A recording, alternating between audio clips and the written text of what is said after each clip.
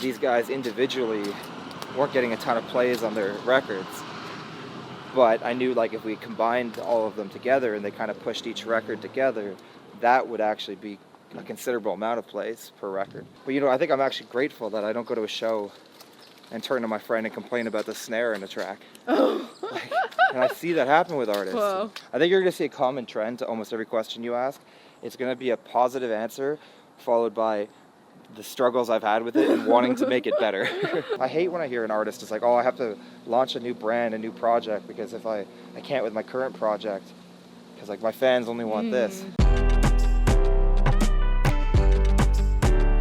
Hi, this is Lauren Engel of Sidewalk Talk. I'm here with Mike Darlington, Hey. Monstercat.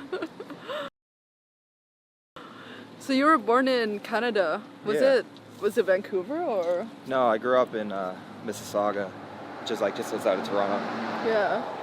Were your parents from there as well, or? They lived in different parts around Canada, but most of their time was spent in Ontario. What was it like growing up in that environment over there, for the scene and everything?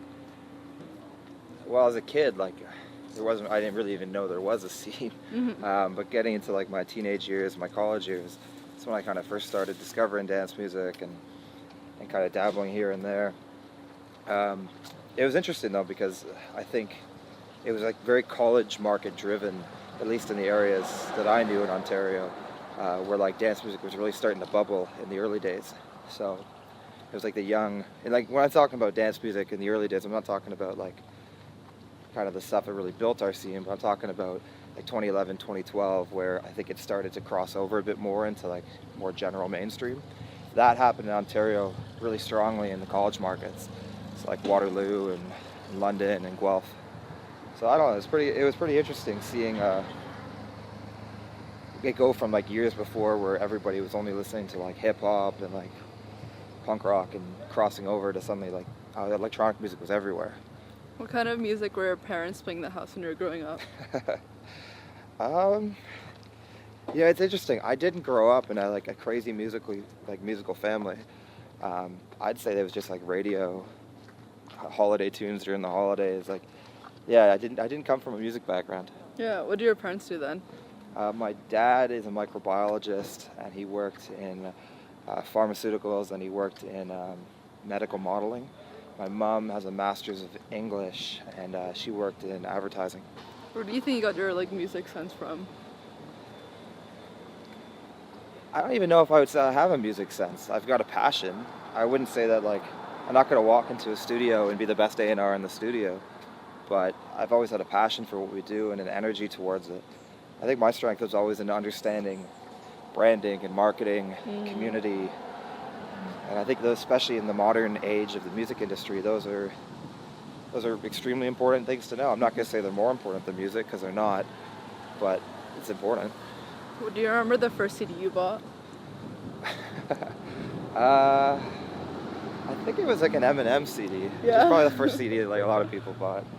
You were more into like rap and hip hop during that time? Yeah, growing up, like that was probably when I was like 12 to 15. I was listening to like that and punk rock. Like Blink-182 was like one of my favorite bands at the time. Did you do instruments growing up? No, I think I played saxophone a bit when I was in grade school, but never really got into music on that side of it. Mm-hmm. How do you describe yourself back then growing up? Loser. Stairwell kid. No, I don't know. I had my like tight group of friends, but by no means was I popular. Were you into school though? No, I was never into school. Even in college, I wasn't into school. I don't know. I was more into video games and like chilling with I had like a group of like 5 friends, and we spent every day together. What kind of video games were you playing at that point? I played everything growing up. All the Nintendo, like A-list titles. Were you competitive? Yeah, definitely. Not like competitive as in like I'm playing like pro esports by any means, but I was rarely beaten by people. Like I'd go into like parties and they would have their games out, and I'd be like, nobody can touch me at these. Whoa. What did your parents think of it? You're just like gaming all the time. They didn't love it. Again, they were pretty focused on my education. I went to a private school, so like that was pretty intense. But gaming was like an escape for me. It was a way for me to like meet people online and talk to people. I feel like at one point I had 10 times the amount of friends online than I did in real life. Yeah, no, it was a large part of my life. It still is, actually. What were your like favorite subjects back then? Favorite subjects were any subject that I found to be easy, that I didn't have to put too much time into. So like sciences were really easy for me. It's genetics. Yeah, English was something I was like pretty good at. Anything with like high memorization, I did pretty well at. Struggled with maths. Struggled with some chemistry. I think it involved a lot of math. But yeah, no, anything that just kind of was able to get done quickly. School wasn't like a focus for myself at all. Why did you decide to study biology? I think when you're a kid and you're just trying to like figure your life out, you don't really know. Like and it's even if you sit down, you're like, okay, I'm gonna figure this shit out. You never do figure it out. So biology to me was something that like nature was always really important to me. It was something my dad had studied. Like it just kind of clicked. I'm like, oh yeah, I could do that. I could be a biologist, but I didn't know what the implications to that meant. I didn't really have a plan. I just knew that like, okay, this feels right. Do you think if you weren't doing like Monstercat, you'd be doing something in the biology field? Yeah, I always wanted to get into environmental consulting. So like I'd work with like mega corporations to help kind of clean up what they do, and especially as they started offering a lot of government incentives and tax credits to like major corporations, that started to become more of a reality that you can make a lot of money doing this, and it can be, you can have a full career in it. So yeah, I think I would end up doing that if I wasn't doing what I'm doing now. What about that did you find exciting? It was a new industry. It was something that I felt like I already had like a knack for entrepreneurship and doing deals and like finding people to work with. So I just felt that it was something I could do and do well. Yeah. Was it like World of Warcraft that you were buying and selling stuff? Oh yeah, you read about that. So yeah, I paid off my university tuition, at least in part, and like all of my partying habits and paintball and all the other sports stuff, or sorry, not sports stuff, like hobby stuff I did I created a website that let people like buy and sell World of Warcraft accounts, and then I would take like a cut from like the middle as like I was like the middleman to these transactions. And then at the same time I'd be like finding like cheap accounts and selling them to other people as well. It was like a fun little project. Was this your first kind of like business or like getting into entrepreneurship? It was the first time I'd made like significant money. Oh wow. And then from there I used that money to start throwing parties and events. So yeah, it's kind of weird how little side projects kind of actually in some ways allowed me to get into the music industry. Did you like throwing like parties and events? Well, I liked it. Like when you're in university, it's like the cool thing to do is to go to the parties, and then you're like, oh, I can do this myself, and then throw the parties, and or go to the party, sell the tickets for somebody else, and then throw your own party. It's like a natural kind of transition. And then were you doing some like app work after? Yeah, I did work for a startup. It was an application development company. So I was like kind of like doing parties and like working the day job, but that was in between like semesters of school, so I had a co-op program. Oh. Yeah. And then how long were you working other jobs before you started the Monstercat? No, that was really the only like real job I've ever had. Like I worked as like a sailing instructor and as a lifeguard and stuff like that as a teenager. But it didn't really have a true proper job up until that point. At that point, were you like living with your parents, or how were you able to like the initial startup of like Monstercat? How did you have like the financials for that? Well, the initial startup was like pretty bootstrapped. There wasn't really any cost associated to it. It was just like time. Yeah. That was the biggest cost, was just how much time can you put into it. But realistically, other than maybe like $500 logo design, like maybe a couple $1,000 domain purchase, like there wasn't really anything that crazy that was an expense in the early days. How about living? Living, again, part of it was paid off from like side hustles, like the events projects and sponsorship stuff. Like I still had some money left over from the World of Warcraft business I'd run. I don't know. I never really had a struggle with money, fortunately. How did you meet Ari? Ari I met through actually the guy that I started my first events company with. Ari was his best friend in London, Ontario. So we met and then became really good friends just through school and through partying. And it kind of like naturally came together. Were you both like thinking of coming up with it at the same time, or did you like pitch the idea to him, or like how did it come into fruition? Well, I was working on the project with some people like online, and it was starting to take off, and I started to realize like, man, I'm paying people with like some shitty Excel spreadsheet I made, and I'm like rounding numbers up because it's easier to round them up, and like it just wasn't really official. And Ari had already run a business. He basically had sold like bike parts in Canada. He was like one of the early online retailers for bike parts. So I knew he knew what it took to put together a business and actually do like financials and accounting properly. So I offered him to like bring him onto the project, and he actually said no at first.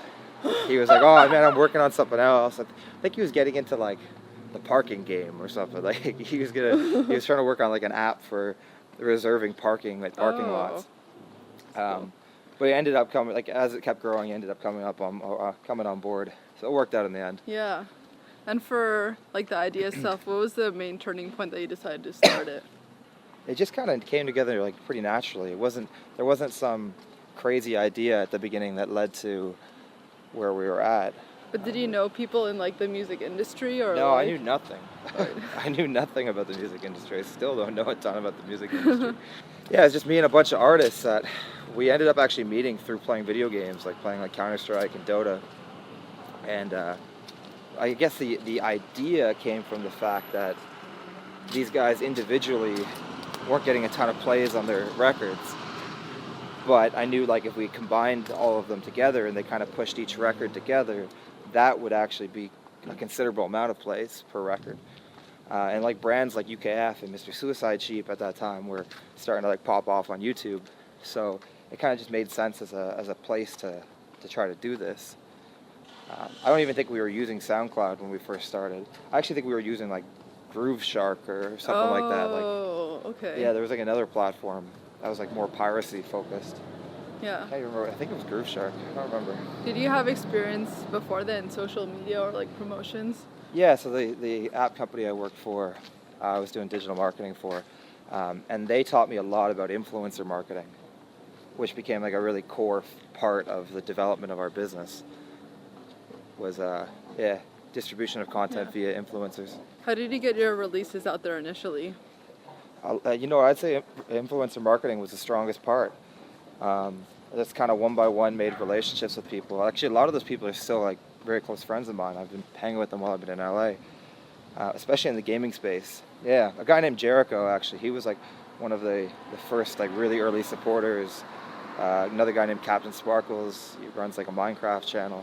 Like those type of people, just because they wanted music for their videos and they wanted to support, they would like promote our music and promote our releases, and it kind of just snowball effect, and more people started getting involved in the promotion. Was Corella one of the first releases you had, or? Corella was, I don't think they were the first, by far they weren't the first, but they were pretty early. I'd say it was probably like maybe 6 months in, maybe a bit late, like longer than that. I can't remember the exact date on it.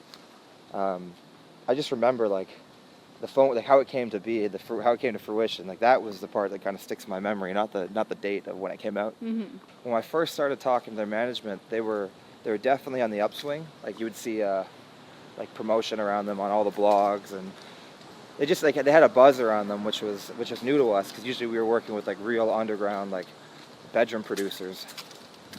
So to watch them go from, like putting out a single with us, a couple tracks actually, to then headlining festivals was like surreal. And I learned so much about how the industry works, and all the contacts that I gained in the early days came from Jake Udell and his team supporting us. Yeah, and that wouldn't have happened if we hadn't worked on that first record together. Yeah, actually, other than that, did you have like other mentors you were looking up, or some guidance in the industry initially? You know what? I'd say Rob Wu. He's an agent at Spin. He was like a really early mentor to Monstercat, like in Toronto actually. I'm trying to think of the people in Toronto who were like really supportive. And David Brady that he works with. Ryan Henderson, who was a club owner and now manages Cascade. Yeah, there were some people that taught me a bit in the early days. But generally my biggest mentors were my like close friends that were all kind of coming up together around the same time. How did Rocket League come about? That came through one of our coworkers. I think he casually met some of the guys from Rocket League at one of the conventions, probably partying for all I know. Like these conventions, everyone just kind of hangs out. And you know, we were huge fans of the game. We still play way too much. Yeah, and it was a pretty natural thing. They wanted to add more music to the game and continue to expand, and we loved the game, so it just made sense to us. And our artists all played as well. How did the podcast come about? Podcast, okay. Podcast was interesting because we did a mix competition, and I met the guy who was now like the whole like brainchild to the radio show. But I think one of the driving forces for us to do the radio show was me and Ari religiously listened to the Gareth Emery podcast when we were like rave kids back in the day. So I think that was like a driving force. I'm like, oh man, like this show is so sweet, and it's such a mix of genres, and it wasn't just a trance podcast, and like I just wanted to have something like that. So it just kind of grew over time, and Dan from our team has been the one who's evolved it and made it what it is today. What was the decision to go on tour in China? How many tours have you done before that one? We've done a couple tours. Yeah. China and Asia to us right now is an interesting one because it's such an emerging market, and in the past we weren't strong enough as a brand and as a company to position ourselves the way we've been able to position ourselves in China as like the premier brand. So it's been really amazing, and you know the Chinese promoters we've worked with have been so respectful, and they've taken such good care of us that we've already done 2 tours in China. Oh, We've already got another tour about to launch. Like we're gonna end up doing more shows in China this year than probably the rest of the globe combined. How do you actually even get your releases out there with the wall?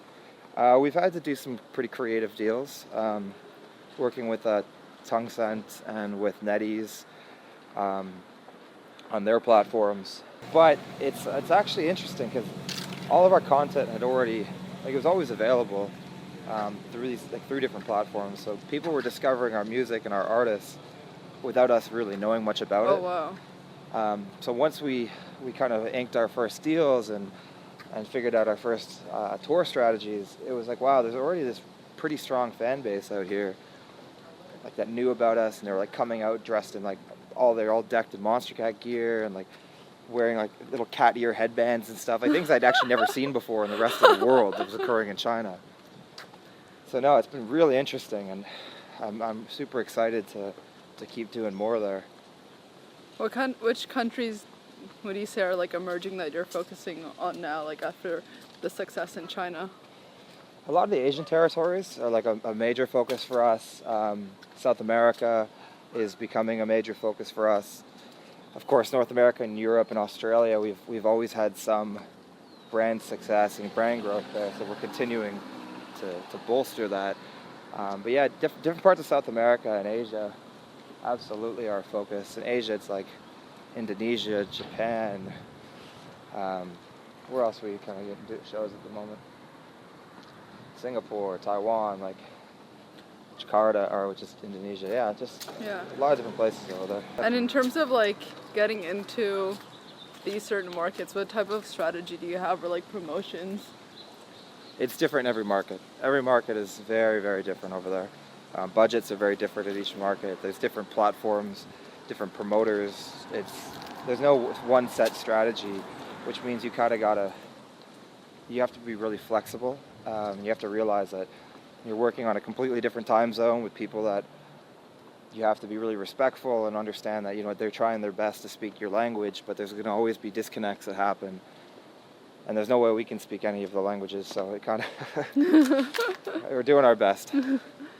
How long ago when did you start putting out merch? It's a while ago now, right? Yeah, we've been doing merch from like pretty much day one, but I'd say in the last 2 years, it's become more of a clothing line than just like screen printed logos. It's still not quite where I want it to be yet, in terms of like we have this like real vision for the clothing that each piece is going to be a lot more thought out and a lot more unique from a kind of manufacturing standpoint. That's taken a lot longer than I'd hoped to get to that point, but we are working towards it. It's like you ever realize that just how much goes on behind the scenes in the clothing industry, in the fashion industry, especially financially. It's extremely difficult. So I really feel for up and coming clothing companies. They've done an amazing job to get to where they are. What was your decision to start merch like so early on, like before you, or like was it within the year or like how soon? Yeah, probably in a year. It always comes down to like, what do the artists want and how do we want our brand to be perceived? And usually those two things usually lead to any decision we make in any project we do. What was the decision to start the Tastemaker campaign? That one was an interesting one. We're a very community-driven company and community-driven brand. So we wanted to involve our community more in the decision-making around our releases and the artists. And I still think that I think we just haven't figured out the right strategy yet to encompass that. We've tried a couple different tracks. We tried Tastemaker strategies. We tried like a program we called Monstercat VIP, which was like a voting platform, but still haven't kind of found the right balance between our taste and our vision and the community involvement and making everybody feel like they're actually a part of this versus like the overarching overlords who make all decisions. We haven't got to that point yet. So we definitely keep good touch with all of our tastemakers, but I know we can still involve people better than we do now. Like right now it's a lot of focus on our own internal A&R versus kind of crowdsourcing it, I guess you could say. Yeah, how do you pick the people that you crowdsource A&Rs? It's always about, a lot of it comes down to passion. It's like, how are they really in the industry? Are they searching for more? Are they hungry? Do they understand what makes a good record over another record? There's no one set kind of strategy. And you know what? There's people out there who know nothing about music, the music side, like in terms of production, in terms of songwriting. Like maybe my background isn't in that, but I used to go to nightclubs and parties 3 times a week. So at that point, like I had an understanding of what I enjoyed and why I enjoyed it. So I understand the fundamentals. So those people are just as valuable as ones who say they are producers themselves and can pick apart every detail of a track. But I think I'm actually grateful that I don't go to a show and turn to my friend and complain about the snare in a track. Oh. And I see that happen with artists. Wow. At that point, you're not enjoying the music for the music. You're kind of over-analyzing. Mm-hmm. What was the decision for all the charity things you do, like the sweaters, homeless people, or like even the games for the hospitals? Everybody should give back in some ways. We're very fortunate. We've had a lot of success, and if anything, I think we could be doing more. I think you're going to see a common trend to almost every question you ask. It's going to be a positive answer followed by the struggles I've had with it and wanting to make it better. I don't think there's going to be a single question where I'm going to be like, yeah, we fucking crushed it, we're the best. No, it's never like that, which, I don't know, sometimes I kind of wish it was, but we're always trying to improve, always trying to be better. What plans do you have for the charity aspects? I actually wouldn't be the best person to ask that question because I have somebody on the team who kind of leads those projects and works with our content team. And she's got pretty much free reign on it, so working with the other members of the team. So I don't really have a lot to speak on that matter, but I know that there are things kind of going on right now. With the 45 people you have now, what positions are there? How do you section out the company now? Yeah, so it's 12 divisions, and I actually always forget one or two when I have to answer this question for people. But there's operations, there's marketing, there's merchandising, live events, gaming, music, publishing, management. Okay, cool, I got 8 now. Design, 9. Got a picture of the office by where people sit. Oh yeah. I'm not sure if accounting, we've got that separated out at the moment, but accounting's 1. I'm sure there's something else, but it's not coming to me right now. What is it's a lot of people. Yeah. What is the changes in your role as a company from being just the first person to starting to learn all these managing skills with 45 people and all their stuff? I think it's about like the strongest thing I've learned is that you got to learn what you're good at and what you're not good at, and build around that aspect. And like for me, I've always tried to at least have a general understanding of how something works and how a division works. But at the end of the day, there's people that are out there that are a lot stronger than me at this. So I think I've always focused down on understanding our community, understanding our brand, understanding like what trends and trajectories are going on within the industry, so that I can bring back that information to help the team leads make better decisions. I generally try to be somebody that people can talk to, and try to be open to everybody. I know that sometimes I struggle at that, but yeah, no, it's just finding what you're good at and focusing on that. Is it difficult transitioning and like having more and more people work under you and delegation and everything? Yeah, it's just stuff you have to get used to. Like I've had times where I felt like anxiety because I'm giving up so much control and projects I used to do myself to somebody else. But you have to be comfortable with that at some point. And that's actually the only way you get your life back. Like the early days of Monstercat, you don't have a life. Any startup, you don't have a life in the early days. You start to lose friends. You don't go out anymore. Like nothing happens. Like so you need to build around you and find people that you trust and put the trust back into them, so that you can start picking back out the pieces to like, okay, this is my life and Monstercat's a part of it, but I still am a human at the same time. And I know for a fact at one point it wasn't that way. And then with the 3 trucks a week, how did you like come up with that number? And now we're up to 4. Yeah. A lot of that came from understanding of YouTube and understanding of social marketing. So YouTube's a platform that really favors consistency, really favors active content that's usually comes out around the same time, and you get the same group of people supporting it. That causes a real general growth backed by the platform. So I knew if we launched from day one only doing 1 track a week, we wouldn't be able to grow within the platform, and we needed a couple pieces of content a week at least. So in the early days, 3 a week was a struggle. We didn't have the artists, we didn't really have the resources to work on it. And it took up until probably 2 or 3 years ago to the point where like we could give each record the attention that specific record deserved, which led to us creating different marketing strategies and different release strategies to be able to handle it. But now the team's at a point where I'm more comfortable, but I still see that there's ways for us to further grow our marketing division, especially now we have the Uncaged and Instinct brands. I want to get to a point where I've got like a separate and strong team within each, instead of a team currently working on both sides. I want to have an ecosystem that makes sense, from like the clothing to the music to the events to the artists to the focus and the attention we give each release, and the media partners we work with. Like all those things need to be more in line, and that's what we're working towards. That's like a big focus of this year actually.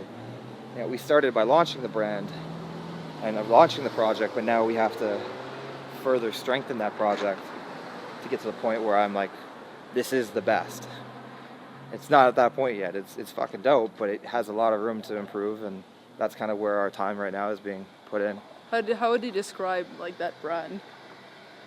The Uncaged brand is more of our aggressive live event music, internet, like video game music, a lot of bass music, which then like when you think about what that kind of, how that is themed towards like clothing and events, you're talking about on the event side more of like the nightclub events, late night events, festivals. Clothing, you're thinking more on the streetwear side.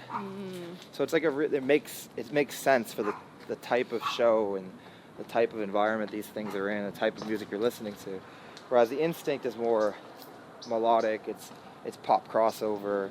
The clothing's more like in the cut and sew side. It's a little bit more, I guess you could say, refined. Like now I feel like more and more people want to be like no genre, but then that's kind of like putting out into 2 specific things. Has that been like a thought of yours? Well, there still is no genre though, because you know what, at the end of the day, think of like a drum and bass record. You can have like a beautiful liquid drum and bass record with a great top line on it, and then you can have like harder drum and bass records, or like jump up records, or I don't know, even neuro. Like there's other sides to a genre. So I'm actually definitely one of the people actively who's like pretty anti-genre. I'm more pro the feeling, pro the experience. versus a genre, because I think it does ruin it for people. Like you get too like lost in it. Like, is this? I don't know. I just don't like that aspect. You actually also you took out the names in the YouTube. People like asked you to put it back, and you said no. Yeah, not a chance.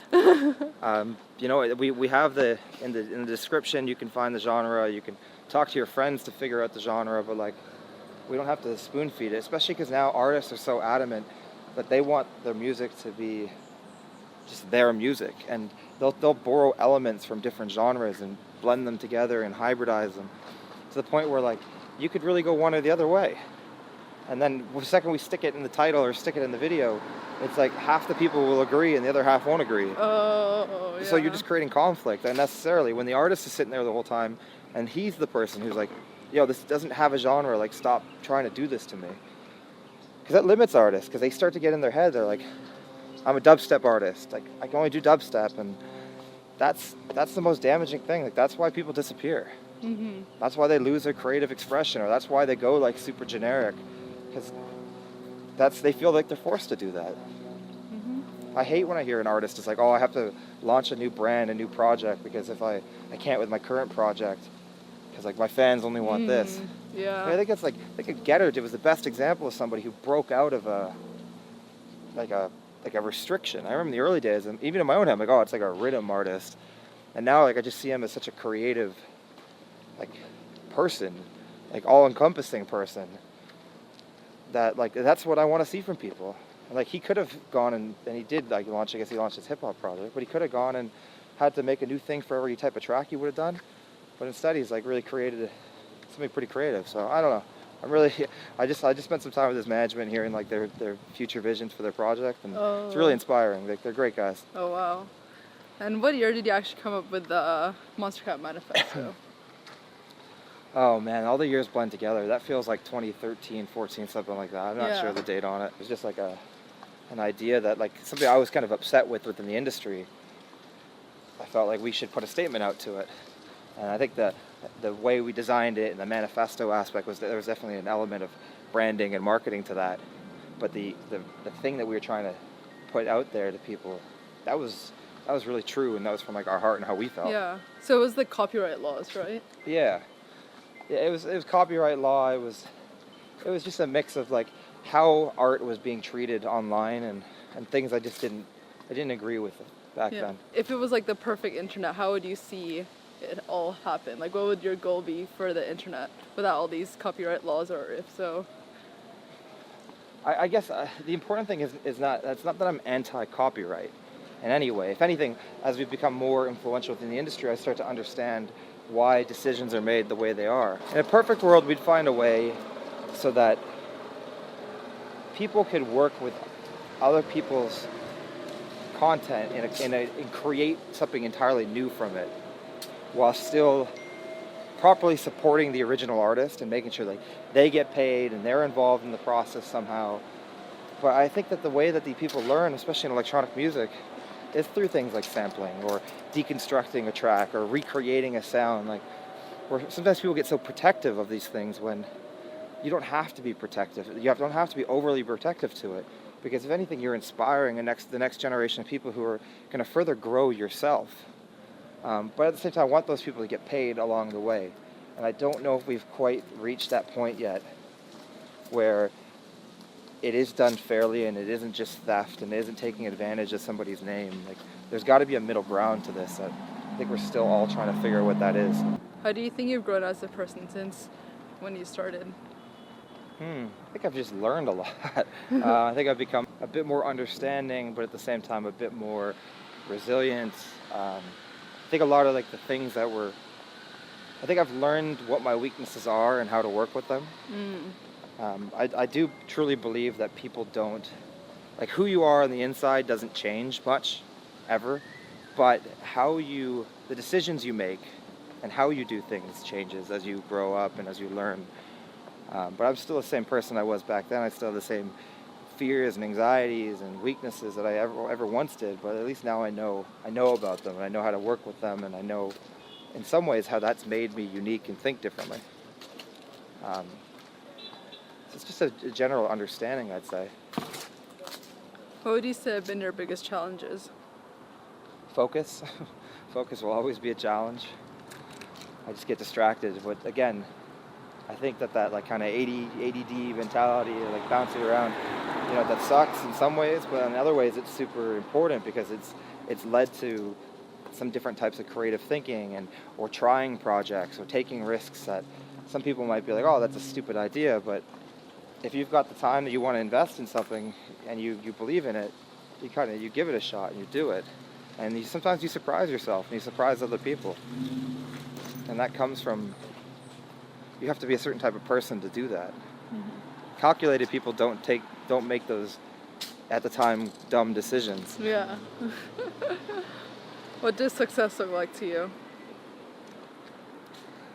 you? Success is freedom, for one, to be able to try different things and work with who you want to work with and build people in different ways. And when you're in that like growth stage, sometimes it's really difficult to be able to make investments and try different things, even though you really want to. So success is now being like, cool, we can actually do that. I can go and explore and try different things I never once was able to do. And just happiness, actually. Happiness is, God, that's probably the most important thing I consider to be success. Mm-hmm. And you know what? Everybody goes, like, I still go through phases of I feel like I'm the king of the world, and I go through phases where I'm like, man, I just feel awful. So I guess happiness is or success is just making sure you've positioned your life and you found ways to at least try to be happy as much as possible and as often as possible. Yeah. Last question. What do you want to be remembered for?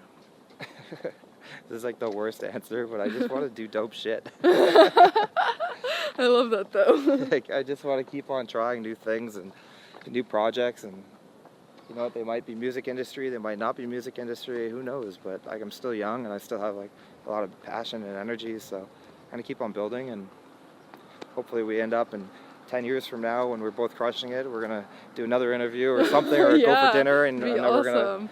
we're going to share what's happening in our life, and hopefully we'll have both done more than we were doing as we're doing now. Yeah, I love that. Thank you so much. This is awesome. Cool. Bye guys.